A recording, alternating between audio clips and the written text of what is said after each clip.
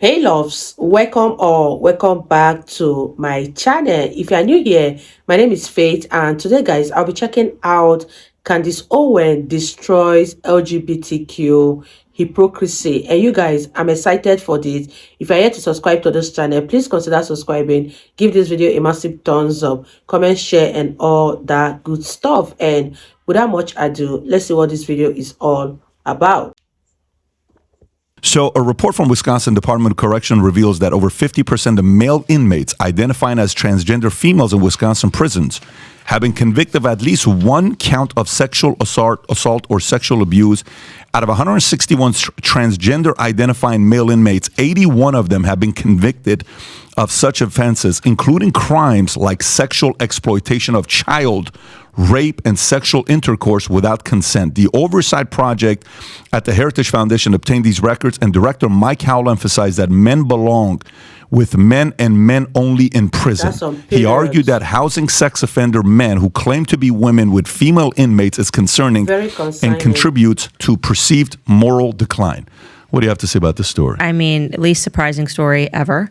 I've been talking about this, and there's a two-prong approach here. First and foremost, the advantage of a man: you commit a crime, you commit a sex crime, you molest a child, and you know how they treat pedophiles in prison. You know how they treat sexual deviants in prison. So you just say, actually, no, I'm transgendered. That's what's actually happening. Please put me amongst the women inmates who now need to accept. And the fact that the prisons are doing this, they're acknowledging them and affirming them, and that taxpayers are having to bear the expense.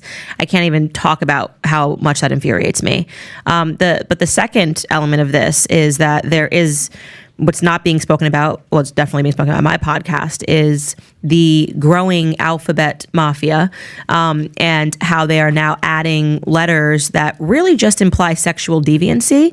You know what I mean? Like a man feeling the need to put on panties, a woman's underwear, and you're pretending that that's like a gender or an identity. Perfect example, Sam Brinton, the nuclear energy White House person, who literally was open about the fact that he was a sexual deviant. I mean, wearing heels, lipsticks, into pup play, which if you look into what pup play actually is, you will be shocked at how disgusting it is. You know, on a leash, and still got the job. You know, you used to be fearful that if they Googled you and you'd find this stuff online, your employer, you couldn't get hired. This guy got right. This guy. That used to be that used to be a disqualifier if you could find somebody naked and in straps and into pup play. Sam Brinton just outwardly, I am a freak and flying my freak high, gets the job at the White House. He was the head of nuclear waste in the energy department. I gotta go. No, I promise you. I promise you. And then guess what happened? He's a klepto. He got arrested three times for stealing women's panties at freaking airports. That guy? Yes. And not just one pair, a whole suitcase full. I'm calling BS. A guy like that would never do something like this, Candace. What are you talking about? What are we supposed to be surprised? I am shocked right now. Told you I'm a freak, and then I did some freaky things. Right, and that's what's happening right now in this climate of non-binary. I'm a man, but I want to wear women's underwear and be free. They're telling you that something is wrong, right? They are saying I am flying my freak flag high, and then we're all supposed to be shocked when they do something that's sexually deviant, and that it's mind-boggling to me. It's why it is an issue that I care passionately about. I am a mother to young children. Why does a drag queen want access to a child? Can anybody answer that big question? Exactly. Okay, you're a man and you like to dress up as a woman and go to nightclubs, okay? Flying your free flag high. Now you're demanding access to read books to children. Does that not just, does it pass the sniff test, guys? No? And then you have women out there. With this one. You know what's really interesting? We're here. We're queer. We're coming for your children. You've heard this before. Yes. Let's all say it in unison, guys, right? I mean, it's scary. And here's my thing, like, for instance, like you know, we have, everybody here has freaking gay friends. I have gay family members. When it comes to like the Pride Month and everything, it's like, could you talk about the sexuality of it? It's like, when is it ever cool? Name another month or a day or a moment where it's cool for any group to walk outside butt naked, G-string. And I get that there's like people are bringing their kids, which I think they should, you know, go to jail. But when is it ever cool for you to be on a bike butt naked? Yeah. How is that? Literally, if I said, hey guys, tomorrow's family day. Okay. We're going to have a family parade and we're going to celebrate families. no person is showing up butt naked, right? It's no family showing. So well, you don't know there Tom. is something Tom about goes crazy. Tom goes get wild. naked, get on a bicycle. You know, the men that were on bicycles, literally naked, right? But for some reason, when you say it's an LGBTQ pride parade, you know you're going to see nudity. What does that tell you? And people are fearful to talk about this, and it's crazy to me as a parent that we've allowed this to go so far. That we've allowed sexual deviancy to be perceived as an identity, you know, as you know, something that needs to be treated and loved. And who are the people behind saying we have women? It's always women. Why do women not see the ridiculousness? And why aren't the women speaking out more about trans men in sports? Like, why don't? Well, because those women aren't. Those are feminists. Those are the Chelsea handlers, right? And so that's a whole different simulation. It's the moms at home are not the ones that are pushing that. You What know? percentage of women under 30, best guess, do you think fall into that type of ideology? Like feminist? Yeah.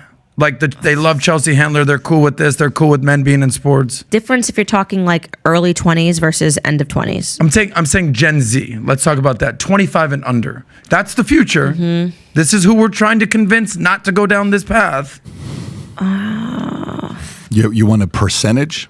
That's what I'm getting. Well, I know that you've highlighted that 20% of Gen Z identifies LGBT. I mean, look, here's a mayor in Burbank. He's an Armenian mayor. Okay, this guy. In the classroom, he's having this guy spank him. Check this out. This is the Burbank?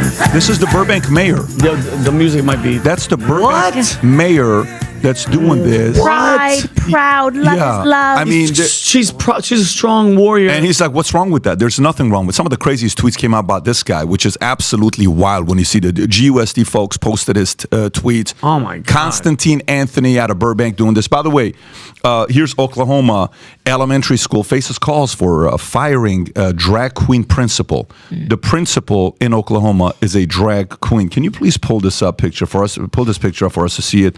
So calls to fire drag queen principal Shane Mernon, also known as Chantel Mandalay. Yeah, moonlights as a drag queen, which but is then scary. also previously was arrested on child porn. 20 years ago. Yeah, and basically got away with it because of a technicality. I looked into this case. Technicality because they found what was clear to one judge and another judge was child porn, but then when they brought the trial forth, they couldn't identify the child. And so basically they were like, you can't prove this is actually a child, right?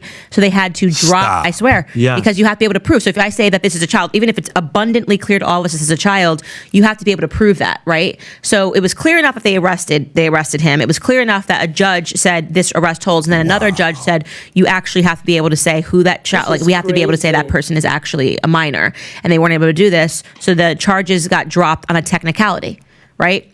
So he gets this expunged from his record, and then he somehow gets voted in a private ceremony. They came together, no parents were there, and they made him principal 20 years later. Arrested for child porn charges.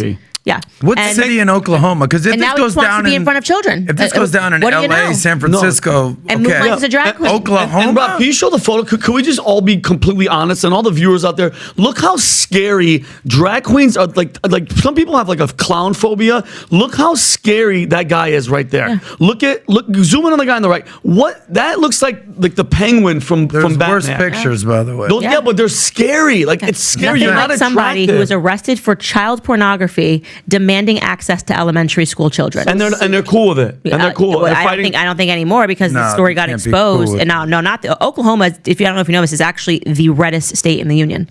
Oh, really? Yeah. West Virginia, Oklahoma, Alabama. Oklahoma's those three. number one. The reddest state in the union. Boomer Sooners. But Pat, in LA? There's a story about California. Read it.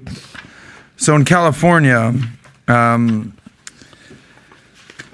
Here it is. California passes bill punishing parents who don't affirm trans kids in custody battles. Okay, so if you don't affirm kids in custody battles, Elon called it utter madness. California State Assembly passed AB 957, which mandates that judges in child custody cases consider whether a parent has affirmed a child's transgender identity. An amendment in June broadened the requirement stating that the parents must affirm their child's gender identity to be deemed suitable for the child's welfare in court, to which critics like Elon Musk, we know what happened with one of his billion children, strongly criticized the bill. Musk described it as utter madness and warned it could jeopardize parental custody if parents disagree with their child's transgender identity. So now California is like penalizing people if they don't affirm a kid's transgender transition. Are you familiar with this? Yeah, I'm familiar with this. And what I've said is that I've stopped being outraged at California stories. It's like, to me, it's like if you're still a parent and you're raising your kid in California, outside of like you quite literally have no money and cannot leave the state, I can't sympathize with you anymore. I mean, I can't. I literally can't sympathize anymore. It's gotten so crazy there. Yeah. The policies that they're putting forth, that they're able to push through, they're telling you, I mean, it's basically a communist state at this point, that people are basically watching North Korea be built around them under the most extreme circumstances, and they're staying there. And then they're going, oh my God, I can't believe this is happening. It's like California has showed you what California is. It is time to pick up your children and leave California. The state owns your children already in a variety of different ways. It's ending with transgenderism. This has been going on for a very long time. You saw this with COVID. They want to put shots in your child's arm. You have no rights in California.